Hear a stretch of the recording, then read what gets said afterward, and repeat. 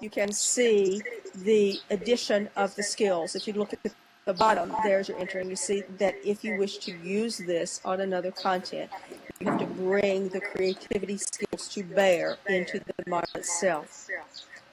And then if you follow through the transparent arrow, that moves all the way through each stage of the model, all the way out the back end toward incubation. So that shows the skills that were generally off the model, so to speak. If you've studied it before, you know you had to read about them from the Making the Creative Leap Beyond, or from the older Search for Satori and Creativity, or whatever set of skills you used. And now we've tried to indicate that those things go directly on.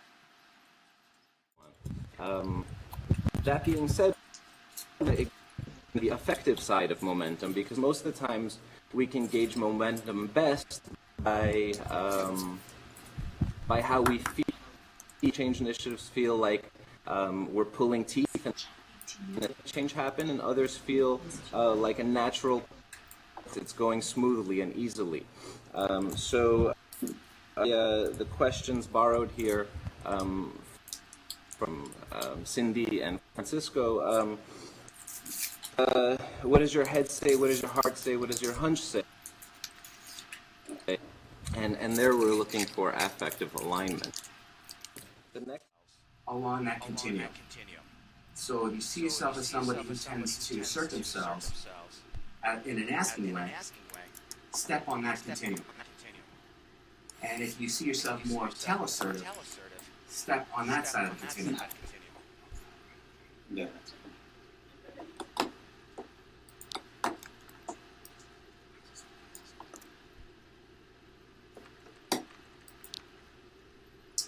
Okay. Now the next continuum is, what is your preference? Do you prefer to diverge or converge in your thinking? And divergence, because you're all familiar with a lot of the language, divergence is a preference for generating new options. You like the creative aspect of thinking. And then converge is where you like to apply more analytical kinds of thinking. You like to screen, select options. So now that you've stepped on the continuum that says ask or tell assertive, what I want you to do now is select what is your preference. Do you prefer to diverge or converge? If you prefer to converge, then you can see the continuum. I want you to step back. If you prefer to diverge, then you step forward.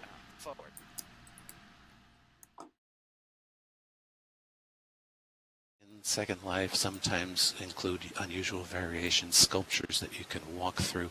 There had been for a while an area called Virtual Starry, which was a 3D representation of Starry Night that you could actually walk through, and it was wonderful. There are sims where, like Inspire Space Park, where everything we know about the world is different as we go into those worlds. And what this, again, is that it's an opportunity for us to do research, to explore the reasons why in creating content people either stick with and copy what we know from the real world, or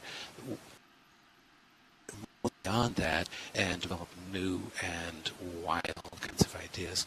We can also look at whether exposure to wild ideas in virtual environments does help people to develop more creative and original ideas for the problems they're working on. So I'm going to just go through quickly a couple slides of content.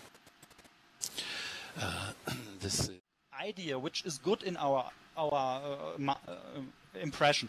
We stop generating new ideas. We stop moving, you know, because you're so amazed about this idea, and then you think, oh, this is a great idea, and then this blocks completely the movement of your mind. And so this I would call be creative, to create something new by focusing on, to change your attention, to escape from your patterns, and to move your mind constantly. Well, this is at least what is very important to me for creativity.